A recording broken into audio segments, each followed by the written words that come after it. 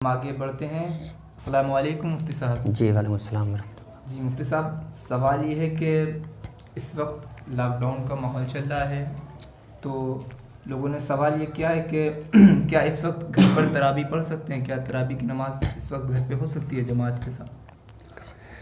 السلام علیکم ورحمۃ اللہ وبرکاتہ۔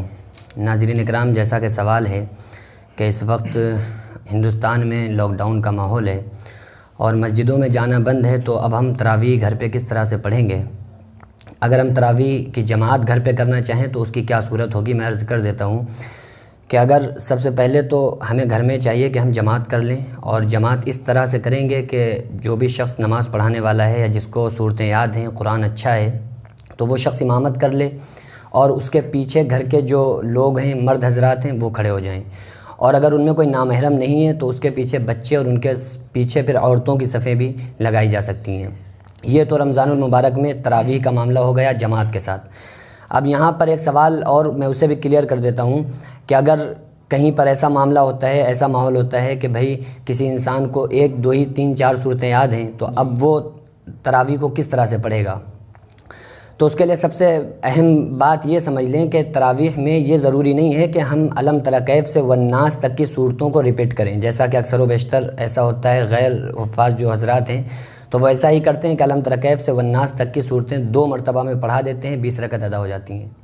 بہرحال اگر کسی کو 2 3 صورتیں بھی یاد ہیں تو پھر وہ ہر تراویح کی رکعت میں اسی صورت کو ایک کے بعد ایک صورت کو پڑھتا رہے، چاہے اس کو 2 ہی صورتیں کیوں نہ یاد ہوں، تو وہ اس طرح سے ہر رکعت میں، تراویح کی ہر رکعت میں انہی صورتوں کو پڑھے گا اور اس صورت سے تراویح کو مکمل کر لے گا۔ ماشاءاللہ ماشاءاللہ، جزاک اللہ۔ اب میرا دوسرا سوال ولی صاحب سے ہے۔ سوال پوچھا گیا ہے کہ صوم یعنی روزہ کسے کہتے ہیں؟ دیکھیے، قرآن عظیم فرقان حمید نے صوم اور صام دونوں لفظ استعمال کیے ہیں۔ صوم کا بھی لفظ قرآن عظیم میں آیا اور صیام کا لفظ بھی قرآن عظیم میں آیا ہے۔ بے شک۔ تو صوم عربی میں روزے کو کہتے ہیں، جس کا لغوی معنی ہے ارادی فعل سے رکے رہنے کا۔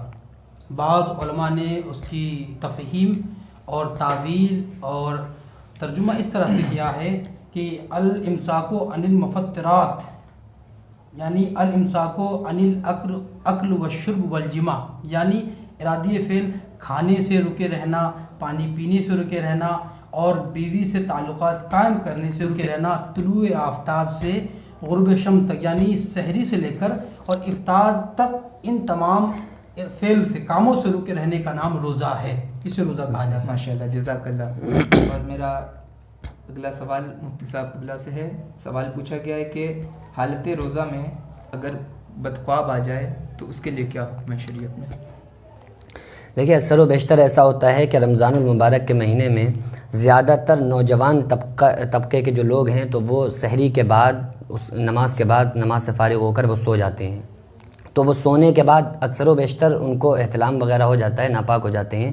تو اگر یعنی نیند کی حالت میں اگر کوئی شخص سو گیا ہے اور اس کو خواب آیا اور وہ شخص ناپاک ہو گیا، احتلام وغیرہ ہو گیا، تو اس سے اس کے روزے پر کوئی فرق نہیں پڑے گا، کیونکہ یہ حالت نوم میں ہے، سونے کی حالت میں ہے۔ یہ اگر اس نے جان بوجھ کر اس طرح کا کوئی عمل کرے گا اگر کوئی شخص، تو پھر اس کا روزہ فاسد ہو جائے گا۔ شخص روزے کی حالت میں ناپاک ہو جائے تو پھر انسان کے روزے پر کوئی فرق نہیں پڑے گا، اس کو چاہیے کہ وہ غسل کر لے۔ روزے پر اگر کسی انسان کو نائٹ فال ہو گیا تو روزے پر کوئی فرق نہیں پڑے گا۔ جزاک اللہ۔